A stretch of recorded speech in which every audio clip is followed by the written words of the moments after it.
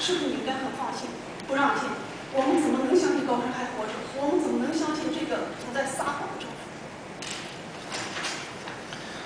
Then in December 2011, less than 1 week before Zhishen's probation was scheduled to end, Chinese authorities added to our uncertainty by claiming that he would spend the next 3 years in prison in Xinjiang. This news came just before the holidays. And some people have asked us if we were relieved because the government says that he is alive. But the news has not brought us any peace of mind. In fact, we are more worried than ever before. How can we trust this government? How many times they lie to us? We don't know what to believe. We don't know if he's still at prison in Xinjiang. 今天上午，中共副主席习近平在白宫与奥巴马及拜登见面。中共副主席对白宫与奥巴马见面。在这之前，我希望能拜见奥巴马及拜登，但他没有给我任何消息，让我很失望。This morning, Vice President Xi Jinping was meeting with President Obama and Vice President Biden. Before their meeting, I actually requested to meet with them, but I didn't get any reply. I was very disappointed. 我非常感谢美国政府对我和孩子保护，使我们能够免受中共的迫害，使我能够站在这里能为我的先生讲话。我希望能够拜见奥巴马、希拉里、拜登，当面澄清，请求美国最高层研究我的先生，使我的先生能够早日获得自由，与家人团聚。感谢你们今天给予我这个讲话的机会，我很高兴回答大家的所有问题。I'm so grateful that the United States has provided protection to my family from the Chinese government.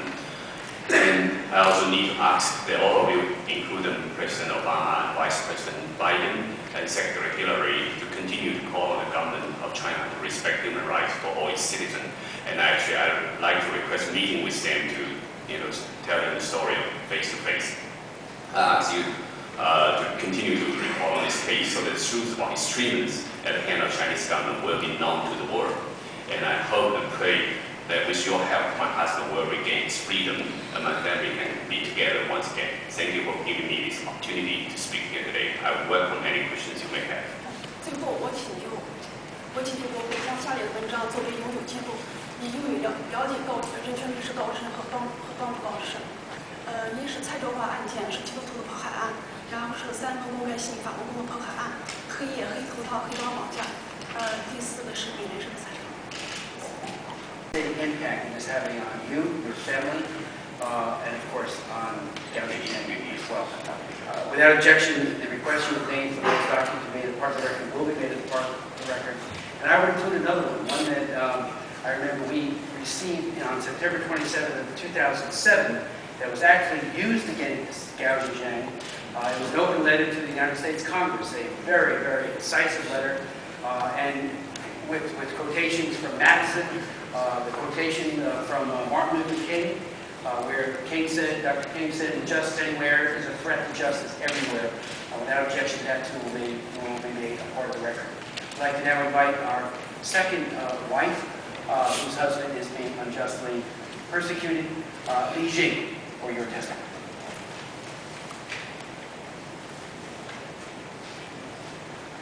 Distinguished Mr. Chairman, Co-Chairman, it is. They hope that the free Western world will abandon its so-called quiet diplomacy and speak up and urge China, a country that is a signatory to both the Universal Declaration of Human Rights and the International Covenant on Civil and Political Rights, to abide by both its own domestic law as well as the international laws, to abolish the use of torture, and to immediately release Gao Zhixian and stop persecuting his family because of him.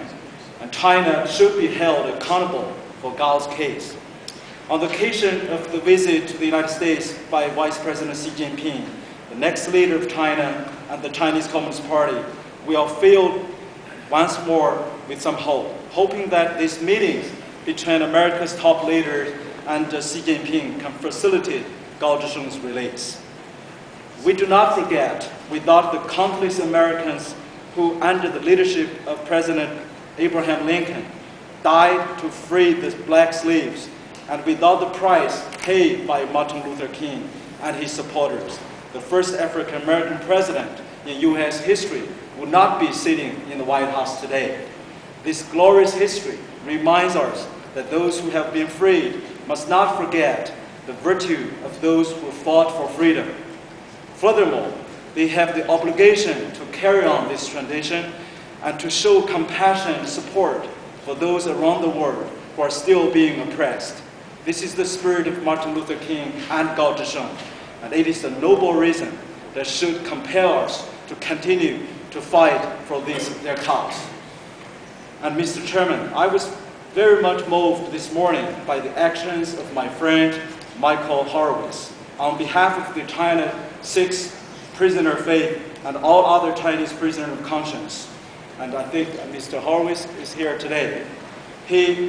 I was especially moved by his effort to cause the Obama administration to deal with the human rights issues with the priority attention that such leaders as President Reagan and the late Tom Lantos give it.